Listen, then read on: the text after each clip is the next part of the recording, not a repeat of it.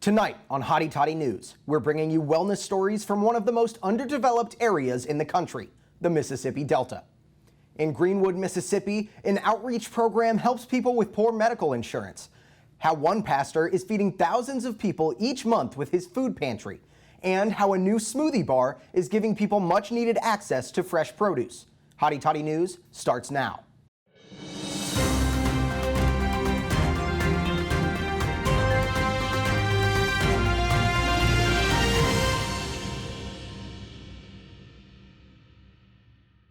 Good evening and welcome to a very special edition of Hotty Toddy News. I'm Justin Class.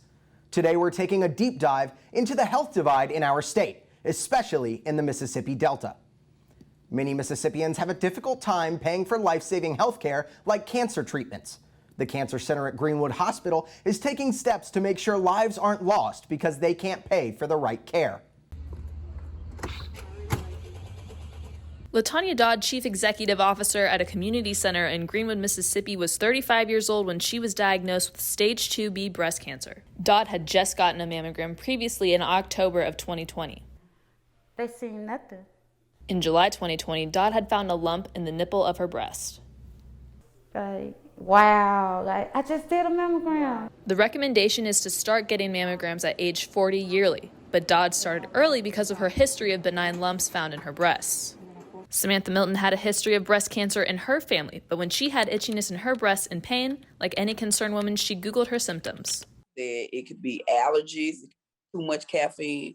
So I just said, well, yeah, that's probably me because I'm the guy that has 3 Cokes and a smile a day. But later, when she performed a self-breast exam, she felt a knot in her breast. In my mind, like I said, I don't know if it was intuition, if it was God or whatever. I knew that it was cancer. I just knew it. It's like it just came all over me, and I knew I had to act fast. Black women in Mississippi to have a 60% greater chance of having a poor outcome from breast cancer than white women for a number of reasons. A higher level of poverty is one factor. Having enough gas to drive to your appointment is a barrier of access to care. Greenwood LaFleur Hospital created its Survive to Thrive program in an attempt to tackle these barriers to make patients' access to care a little easier. The hospital's Cancer Center team says they first sought funding to improve outcomes for lung cancer, another major health problem in the Delta region. Center Director Wilson Gillard said one simple purchase made a huge difference. Take some of our funding and go down to Jackson and buy a van and hire a driver. And there, the program took off. The breast cancer program is much newer, but Dr. Givens says some of the same challenges exist for getting people into treatment. We don't know what's out there that's not being seen, but we know there's a lot out there that's not being seen. So it's one of those things, how do we get the fish, or what's the bait to bring them in? Everybody's attention, please. This is Samantha Milton, and she just finished her treatment. Luckily for Dodd and Milton, their cancer was caught early enough to give them a better outcome. In January, I had a PET scan done, and in February, they diagnosed me cancer-free, February the 4th. The Survive to Thrive program is already having an impact on those with breast cancer in the Delta, and the hospital team has plans to take on patients with other cancers soon, helping them along the path to treatment and survival. Lily Garner, University of Mississippi for the Gray News Network. Thanks, Lily. While access to affordable care is a major issue in the Delta, food insecurity poses just as big of a threat. A Delta pastor is taking it upon himself to make sure that people in his community can get their next meal. It's in your name we pray. Jesus Christ. Amen. Husband, father, preacher, and teacher are some of the titles Joe Young holds. How is water this morning? He is a pastor at Fifth Baptist Church in Charleston, Mississippi, located in Tallahatchie County, one of the poorest areas in the state, where he spent his whole life. People who came to the pantries often were the poorest of the poor. It's Saturday morning. A long line of cars are lined up in front of the food pantry, Young Runs, and Parchment, about an hour away from his church. He and his team of volunteers are getting ready to distribute food collected from local donations and organizations such as Feeding America. Just looking for garbage bags. I'm looking for garbage bags. Residents in need drive by the pantry to collect food packed in boxes. The Mississippi Delta is a food desert. There's little access to produce, and it is also one of the most food insecure regions in the nation, where 1 out of 5 people do not know where their next meal will come from. We probably were the first people to convert to a drive-through food pantry. He says before the pandemic, they were feeding a few hundred people once a month. Now that number is much higher. I'm in Charleston, Mississippi at one of 3 pantry locations in the area. This is where Joe Young comes with his volunteers to help serve the community. They can serve up to 2,300 people in a month. Now, as you can see behind me, they're in a hybrid location that's actually a drive-through due to the COVID-19 pandemic. Before the pandemic, we were serving a few hundred. At Christmas time, we might serve 600 or 700.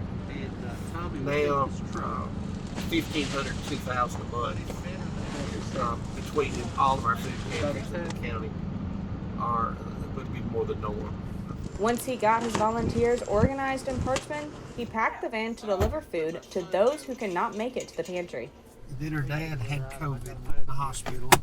He did survive, but we have brought something every month. He delivers food, but also checks on the community to make sure they are doing well. You take care. He relies a lot on volunteers who admire and love his work. Tallahatchie County a lot of people are in need of food right now, and they know, they've learned that this is the place they can come to get it, and it's always available whenever they need it. Ray says Young is the glue that keeps everything together. Just can't say enough about Joe. While the job is rewarding, Young says it is not an easy task to feed that many people. It takes so much time and energy. There's something to do every day. Now I've got people trained to do things, but in the beginning I'd wake up at night and I'd think, I forgot to check the temperature in those deep freezes. And now I don't even do that anymore unless I just happen to be there. But he says he would not have it any other way. Through all he does, Young believes faith and food are what bring people together. And why what he does in the Delta is so important? There's something about sharing food that I guess God knows that it brings us together. After 4 years. And so I think it's been something to bring us together. Grayson Gordon, University of Mississippi for Gray News Network. Thanks, Grayson. Joe Young feeds thousands in the Mississippi Delta, but because they have such little access to produce, he can only give non-perishables and frozen foods. Just down the road from Charleston, one new business in Greenville is finding ways to make fresh produce and other healthy foods more accessible to people who struggle to find them. Fried catfish, one of the most popular dishes at Catfish Cabin, a restaurant located in Cleveland, Mississippi. Best catfish in the Delta. This is the Mississippi Delta, a region rich in tradition, where fast food reigns supreme and restaurants use recipes that often call for deep frying and lots of butter. Steaks that have the chicken liver, hamburger steak, and fried chicken side. I call it 3 Meat Wednesdays. While this type of food is delicious, it is not always good for health and could cause obesity and other cardiovascular diseases. But healthy food is not always available in the region, which dietitian Mariana Jers calls a food desert. I think a huge part of it is also not having access.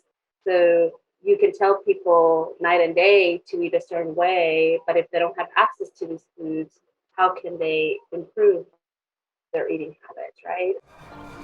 And although there is a bunch of unhealthy places to eat in the Delta, Kay's Cute Fruit is paving the way for some change. I'm so glad to see everybody. This new smoothie bar in Greenville, Mississippi just opened in April and is one of the first of its kind in the region. On the menu, customers can find fruit blends, breakfast fruit bowls, and freshly squeezed juices. Owners Kanisha and Jason Lewis say their ultimate goal is to get people in the Delta thinking preventively about their health. It is a big thing to us because we want people to know about health. We want them to know that you can get something delicious, super cute, and be healthy with it. The opening of Kay's Cute Fruit was greeted with enthusiasm from many Greenville residents. My husband just said that this is going to be his new morning spot. And the director of Main Street programs in downtown Greenville, Gretchen Jackelli, says Kay's Cute Fruit is going to have a huge impact on the county. Someone may not want to actually taste just a fruit itself, having it broken down into a smoothie, that may be something that they can combine different fruits that they're not used to eating together. It's going to have a huge impact with the healthy lifestyle, healthy eating, not just for adults, but also for small children as well. The owners of Kay's Cute Fruit say their hope is to inspire young people to get used to eating fruit and vegetables from an early age and live a healthier life. Madeline Nolan, University of Mississippi for Gray News Network. Thanks, Maddie. Kay's Cute Fruit is open Monday through Friday from 7 a.m. to 6 p.m. and Saturday from 9 a.m. to 6 p.m.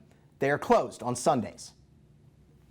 After more than 3 years as a food desert, Quitman County, which lies about 20 miles south of Batesville, finally has a place for its residents to get groceries. AJ Norwood went to the new store in Marks to understand how it has changed things in the community. It's been at least 3 years since Marks, Mississippi saw its last grocery store, making the small town a food desert.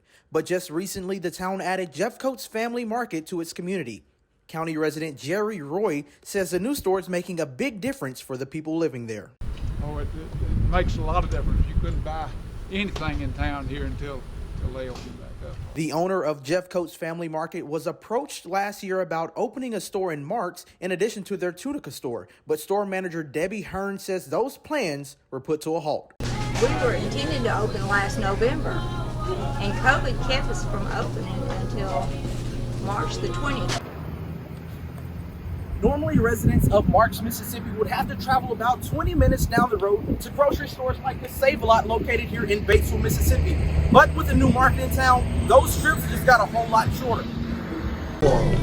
Brought a lot of hurt and pain away from people. Old people had to travel, young people had to travel 20 miles one way, 16 miles the other way, just to buy, their groceries. And for those who live farther out, and when you're just grabbing something to cook for supper at night, it's a lot easier than having to drive 30, 40 miles.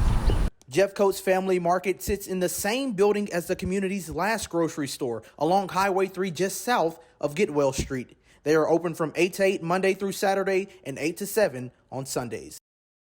AJ Norwood, University of Mississippi for Gray News Network. That's all we have for tonight. Thank you for tuning in to a special health edition of Hotty Toddy News. I'm Justin Class. Thank you and good night.